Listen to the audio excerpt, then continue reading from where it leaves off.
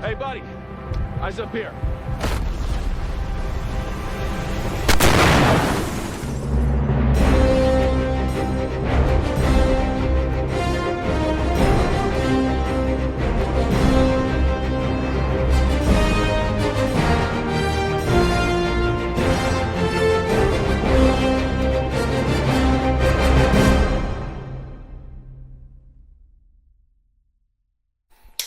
Hey guys, so last night I saw Nobody 2, and I was pleasantly surprised when Nobody 2 was directed by one of my most favorite directors.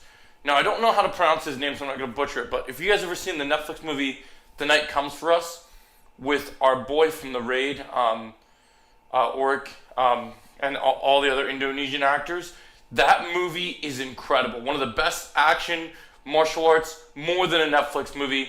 And so his action expertise, this director, is amazing. And he's got a newer movie that came out over the summer called Shadow Strays. I haven't seen it yet, but I heard it's one of the best foreign movies, action-wise, we've ever gotten. So I need to watch that for sure. Let's talk about Nobody 2. So the first Nobody movie, incredible. Bob Odenkirk from Better Call Saul is amazing. They brought it, what I love about Nobody is you're getting more of like a street level guy. Just they play up on the fact that this isn't John Wick. It's not over the top. It's not crazy. It's just fun and really different and unique. And they use action in a more visceral way. And as someone who does Krav Maga, I really appreciate this movie because it brings out it's not necessarily realistic, because it's fun and there's stuff blowing up and big action set pieces, but it's more grounded than, say, like John Wick, which is really over the top. And I love John Wick for being fantastical and over the top and crazy, but one of the things about John Wick is that he takes so many bullets and he doesn't die. He gets stabbed, he gets shot, he gets run over, still doesn't die till the very end of the fourth movie, and he might even still come back from that. Where with Nobody, this guy's an older gentleman, he gets beat up constantly, and he pushes forward, takes some painkillers and stuff, but he has to patch himself up. He feels like it's a challenge. And so the first movie, loved how they used Christopher Lloyd. Doc Brown was badass, and I love the combo of, the family dynamic. And the plot in the first movie, it seems when people say the plot in the first movie is better than the second movie, best way to describe the second movie is it's just different.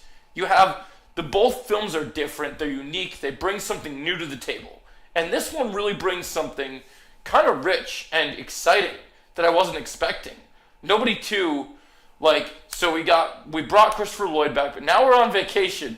And one of my favorite lines of the movie is when you get Bob Odenkirk.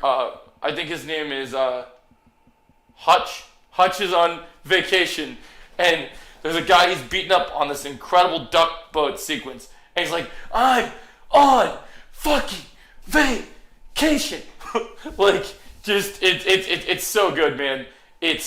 This movie, it's got crazy action set pieces. It's got good laughs. It's a great balance of comedy and action.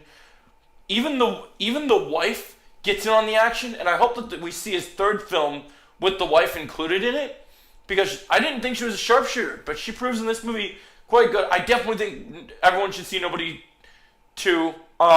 My only gripe with Nobody 2 is the last villain in the movie is kind of a little bit campy, a little weird. It didn't take me out of the movie, but we really didn't need her. She was only set up for a big boss fight at the end, which is fine, but we really didn't need her.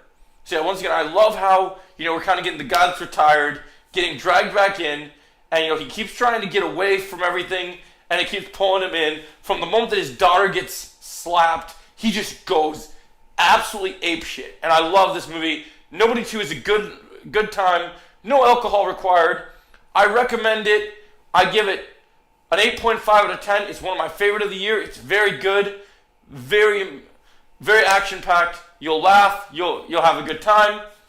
You'll chill with your buddies. You'll punch dudes out. I realize this movie is kind of similar to Rebel Ridge, though, where you get, just Nobody versus these corrupt cops. Because we really didn't need this third thing, but we got an incredible fight sequence at a water park. And one of the best things about this movie, and people might disagree with me, and that's okay. That's why we have our own opinions and our own things.